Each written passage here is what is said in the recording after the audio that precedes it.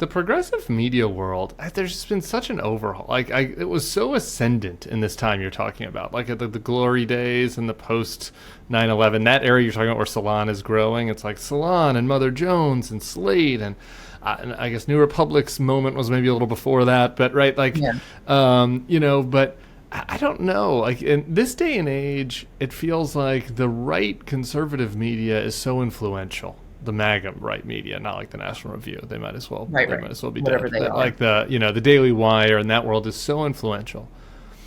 And it feels like the left media, I don't know, Brian Butler, a friend of mine who was at Crooked, who just started a new Substack, kind of made this sort of point that he's like, he doesn't feel like when he was coming up in the 2000s, the lefty media was so vibrant and it was challenging, authority, and he feels like it's stagnating a little bit. I don't know, I'm curious what you think about that.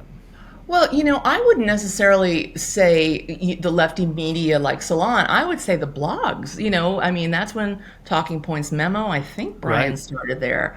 Yeah, he did. I think so, Digby, too. there was the Iraq War, the late Eric Boehlert, my good friend who also worked at Salon, did a lot of reporting on this, that the blogosphere really exploded around, post Florida recount, post 9/11, and around the Iraq War, when so much of the mainstream media, there were people at Salon, including David Talbot, by the way, who supported the Iraq War, who were like, we've just got to stop Saddam. They didn't believe that he had triggered or, funded 9/11, but he's a baddie, you got to get rid of him. We're just gonna say then post that little clip on David Talbot's Facebook page just to create, just to stir up a little, shit. Confessions of a Liberal Iraq War Hawk, literally, Google it.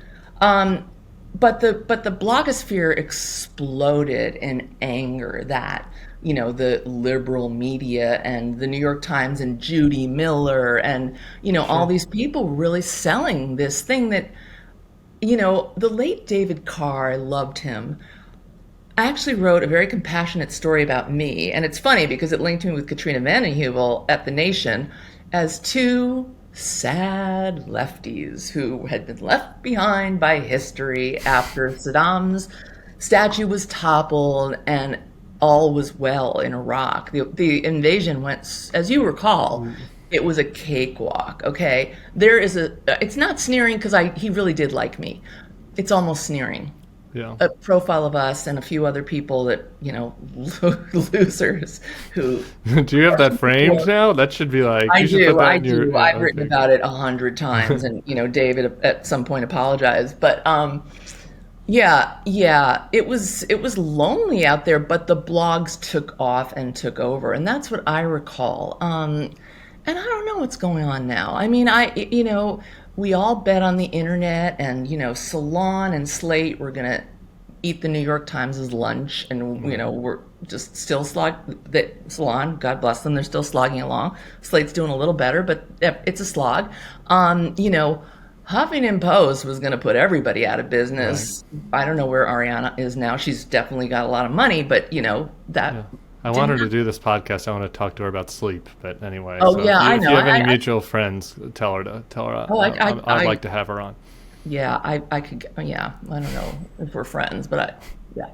Okay. And then I forget the order, but BuzzFeed was going to put the Huffington Post out of business, and Vox was going to put BuzzFeed out of business, and this and that. I mean, this. I told you in person.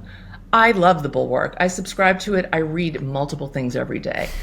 You're never claiming that you're going to put everybody out of business. And, there's just also a grappling with what we don't know, that you can say, I don't know if Bobby Kennedy is going to take votes for Trump. Yeah, sure. Or Biden. We don't know. We're in a fractured media environment. We're a niche thing. We know it. Right. You know what I mean? Right. Yeah, I don't, So I really like that humility, which we didn't have at Salon, and the subsequent generations haven't had. And then I don't know what's on the left today.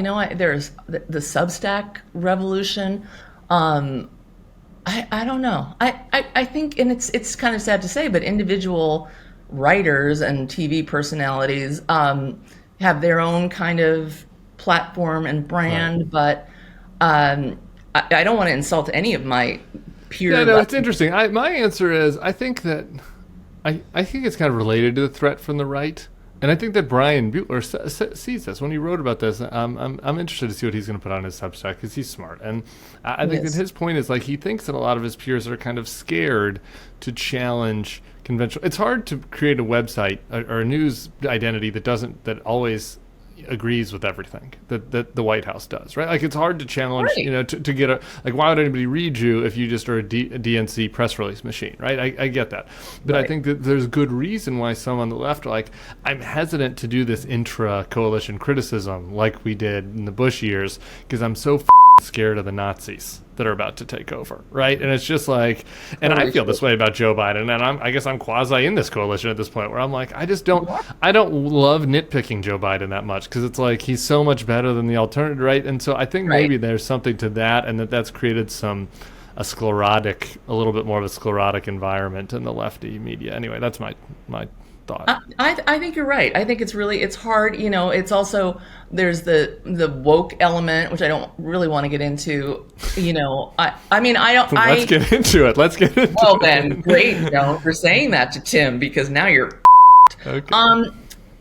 I think there's a lot of orthodoxy, and there are things that that people on the left have a hard time being honest about or asking questions. And, there is a great deference that I think is, sometimes can be based on race or gender identity or, that is earned and deserved. But then there's also a kind of timidity or, people just not, I'm just a big fan of people who've been left out should have more of their say and their turn right now. Okay, that's it. And you agree with that. But there are just things that I think, lefty people get kind of tongue-tied about, and so there's just in general. I don't want to go down the defund the police rabbit hole, but this was like an example of this, right? I think that this was clearly something that was like had some issues, like no matter like police reform, obviously questioning the police and racist cops, like all that's fine, but like because people were worried about that, they were afraid to be like, hey, are we overstepping a little bit here? Or there's some excesses over there. And eventually that end, right? This is why I think that like the left is actually kind of more healthy than the right, because like eventually that ended, right? Like by 21, 22, 23, there are plenty of people that are like, yeah, okay, we overstepped there. But in the moment, there was a little bit of timidity, it felt like. I mean, I don't know that I defended it, but I defended not attacking it. Like I thought Kamala Harris handled it really well at one point in a debate with Meghan McCain, where I don't know where she went on The View, and she was like, "We're not talking about that. We're talking about reorganizing the police. We're talking about that." And also, and this is still true for me, Tim. People were out there literally putting their bodies on the line. Yeah. And they had demands, and they had language, and I did come around to disagreeing with it publicly.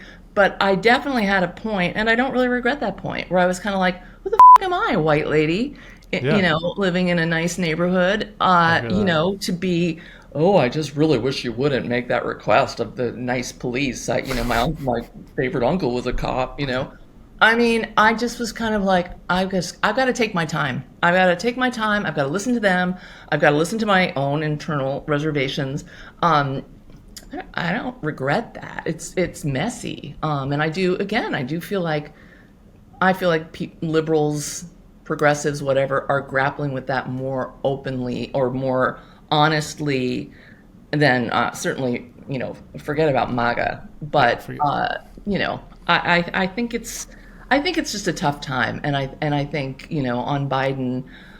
It's so funny, I mean, I'm privy to many left conversations that are semi-private, so I won't mention any names. But a couple weeks ago, major panic attack about Biden's numbers, and Democrats don't like him, and Democrats really do like him. But anyway, they'd like somebody else to run, and one of the names was Gavin Newsom. That's a whole other podcast. I really like Gavin, and I call him Gavin because I've known him. I wrote the first feature about him when he was running for mayor, and I really grew to like him. But these people are like, Gavin Newsom should run, and he's going to run. He's not going to run. Not going to run against Joe Biden for sure. Gavin Newsom has some issues. a lot of them are public, but like now they're freaking out because LaFonza Butler, his appointee to the Senate, worked for Airbnb for a while after a career in, the labor movement. I mean, there's just a level of bedwetting, to use a term that people do use, on the left and among liberals that is just like, you don't have any say about it. Joe Biden is running.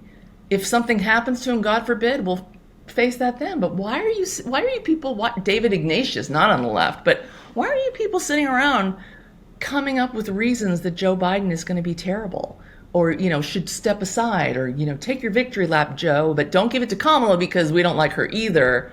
It's just like, come on, people. You just don't.